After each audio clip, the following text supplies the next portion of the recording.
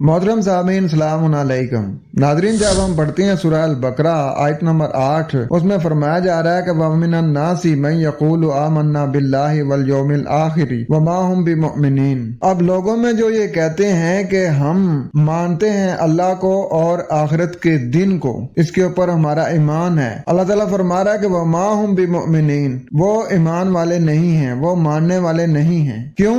इसमें जो आया ना कि मन यक़ूलु आमन्ना, जो ये कहते हैं ना कि हमने मान लिया अल्लाह को। अब अल्लाह को तो मान लिया, तो अल्लाह की भी माने ना।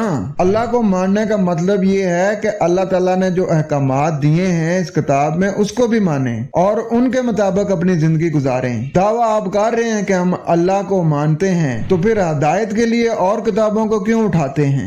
जब भी आपने मुंह से दावा किया कि हम अल्लाह पर ईमान लाते हैं और हिदायत के लिए आपने कोई भी दूसरी किताब उठाई, आप अपने दावे में उसी वक्त गलत हो गए। यानी आपने जब भी गैरुल्लाह की किताब को उठाया, आप अपने उस दावे से फिर गए। अल्लाह के यहाँ जुबानी कलामी दावे नहीं चलते। तो कुरान का असूल के सुम्मा ततफक्करून अफला ताक़िलून, तुम क्यों नहीं कुरान पे गौर फिक्र करते? क्यों नहीं तुम अकल से काम लेते? अपना ख्याल रखें। वस्सलाम।